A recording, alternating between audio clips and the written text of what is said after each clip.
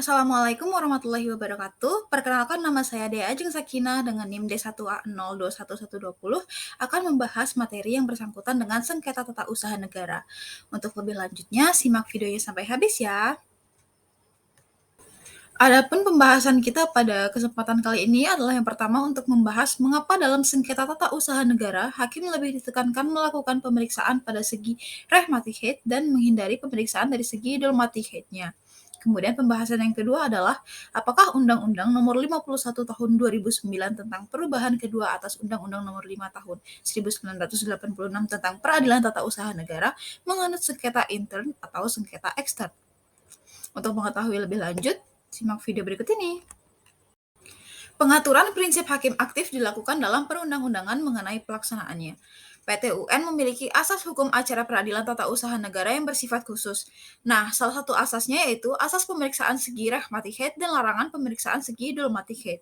Artinya, pengujian terhadap keputusan tata usaha negara hanya dari segi yuridisnya saja. Hakim tidak boleh bahkan dilarang untuk melakukan pengujian dari segi kebijaksanaan. Lalu, apa sih bedanya antara rehmatik head dengan dolmatic head? Nah, mari kita bahas. Rehmatik head mengacu pada kepatuhan terhadap hukum dan prosedur yang telah ditetapkan oleh peraturan perundang-undangan. Sementara, dolmatic head mengacu pada keefektifan atau keefisienan suatu kebijakan atau tindakan dari pemerintah. Dalam sengketa tata usaha negara, hakim harus memastikan bahwa keputusan atau tindakan pemerintah telah sesuai dengan hukum dan peraturan yang berlaku atau tidak.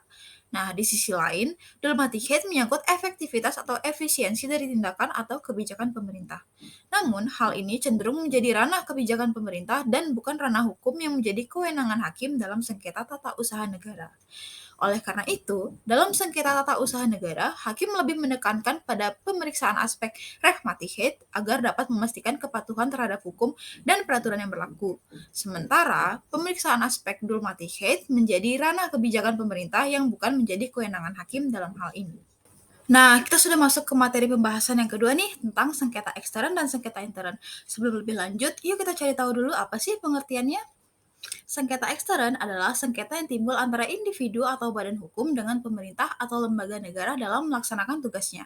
Sengketa ekstern berkaitan dengan hak dan kewajiban pihak-pihak yang bersengketa dalam hubungannya dengan kebijakan atau tindakan pemerintah.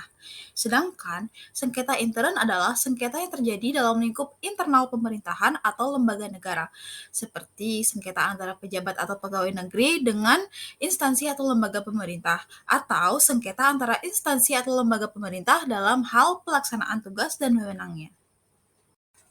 Nah, selanjutnya nih, kita akan bahas tentang Undang-Undang Nomor 51 Tahun 2009 tentang perubahan kedua atas Undang-Undang Nomor 5 Tahun 1986 tentang Peradilan Tata Usaha Negara. Apakah menganut sistem sengketa ekstern atau sengketa intern? Nah, dalam undang-undang ini diatur bahwa Pengadilan Tata Usaha Negara memiliki kewenangan untuk menyelesaikan sengketa antara pihak-pihak yang bersengketa terkait dengan tata cara pelaksanaan kegiatan pemerintahan atau lembaga negara dalam lingkup kegiatan ekstern. Sebagai contoh, sengketa yang diajukan oleh warga negara atau badan hukum terhadap kebijakan atau tindakan pemerintah dalam pengurusan perizinan, pengadaan barang dan jasa, atau tindakan administratif lainnya, termasuk dalam kategori sengketa ekstern yang dapat diajukan ke PT UN. Nah, oleh karena itu dapat disimpulkan bahwa Undang-Undang Nomor 51 Tahun 2009 tentang perubahan kedua atas Undang-Undang Nomor 5 Tahun 1986 tentang Peradilan Tata Usaha Negara menganut sengketa ekstern dalam penyelesaian sengketa tata usaha negara di Indonesia. Sekian pemaparan dari saya terkait dengan materi sengketa tata usaha negara. Semoga kita dapat bertemu di video-video selanjutnya. Bye-bye.